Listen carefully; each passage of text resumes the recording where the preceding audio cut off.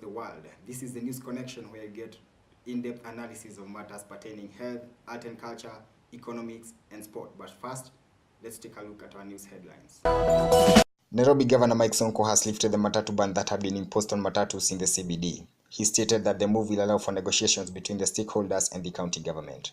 This comes after outcries from passengers who were left stranded in heavy rains.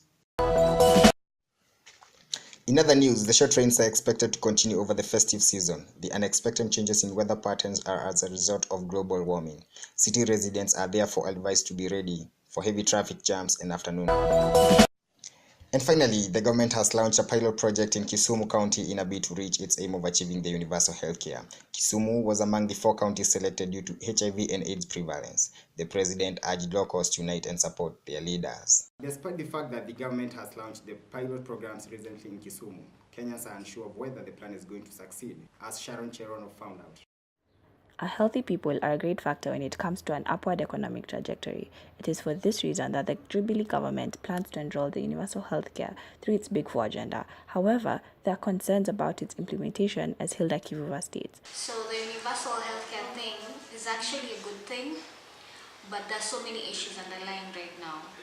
First of all, why can't they just pay the doctors? Why can't they just equip the hospitals that we have already? So many hospitals right now are not even equipped enough to do minor surgeries.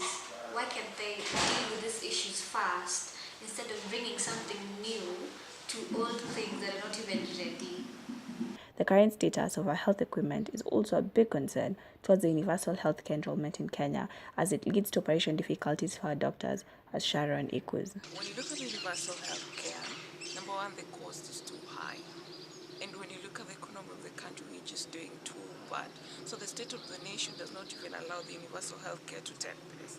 Number two, we have so many minimal equipments, and if it's not minimal, they're just not in the right order of place. Number three, look at the ratio of the patient to the doctors. The doctors are like the small numbers, and the patients are too many. So when you look at the state, like the universal healthcare, I just doubt if it's going to take place. Want to get more now from TNC's Sharon Cherono from Nairobi. So Sharon, what is the word on the street about the success of the universal healthcare? Is it possible? Jonah, word on the street is it might not be possible by 2022, considering the ongoing corruption, not only in our government but also in our health facilities. Also, our hospitals are under-equipped. The ratio of doctors to patients is still 1:600, even with the coming of the Cuban doctors. And Sharon, speaking of the Cuban doctors, what is the reaction towards them? Well, it's very worrisome, especially for our local doctors, Jonah. This is because they are just as qualified as the Cuban doctors, yet they are being underpaid. Well, thank you very much, Sharon, as well as a reaction from J. Ulysses, who tweets that, I don't see the need for getting foreign doctors when our own are with no jobs. Now let's hear from our panel of leaders. With me is Bliss Medical Center Manager, Ella Okeo, who joins me, Mr. Kevin Bula, a nurse, and also Dr. Karuri, who is a heart specialist. So Kevin, what's your thought on the acquisition of the Cuban doctors? From what I can say is that this is like intimidating our Kenyan doctors. We have very many unemployed, more than 1,000 plus, who are graduating and they have no employment. Employing doctors from another country and paying them such large amount of money, which can be substituted in paying our own Kenyan doctors, I think it's something that should be thought about again. Mr. Ella, Kevin thinks that the acquisition of the Cuban doctors was wrong. Is he right?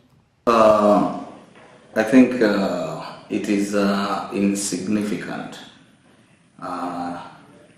Their overall acquisition is insignificant because right now we have more than 1,000 unemployed doctors, pharmacists and dentists across Kenya. These are qualified, they are trained, but the county governments are yet to absorb them into our health system. So you see, we also have another additional 1,000 who have completed the mandatory professional internship from our different health institutions.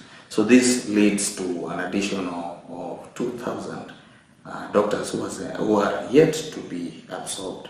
So for Kenyan government to decide, and import or acquire 100 doctors from Cuba, I think it will be insignificant. Dr. Noah, Kenyan doctors are always complaining of the fact that they are not well motivated.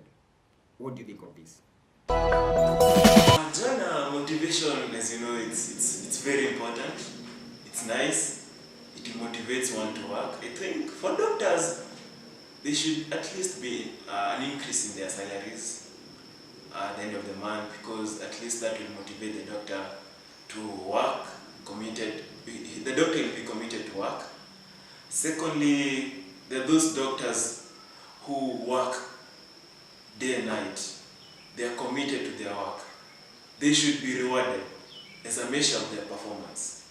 That will encourage more doctors to work and to work more committed, because at least they know there's a reward at the end of it all.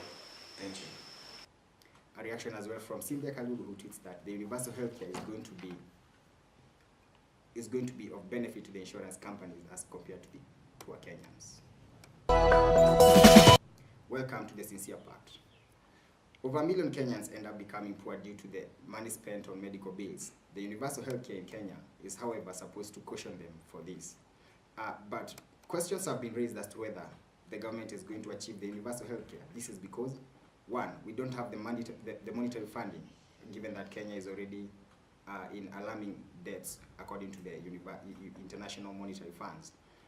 The government, in my opinion, I think should dwell on increasing the hospital, or that is the doctors in the hospitals, building the equipment, and making sure that other social structures, such as the infrastructure, the sports development, is taken into consideration before jumping into the universal health care. That, ladies and gentlemen, wraps up our health segment today. I have been your host, Jonah Karanja. Up until next time, keep it News Connection.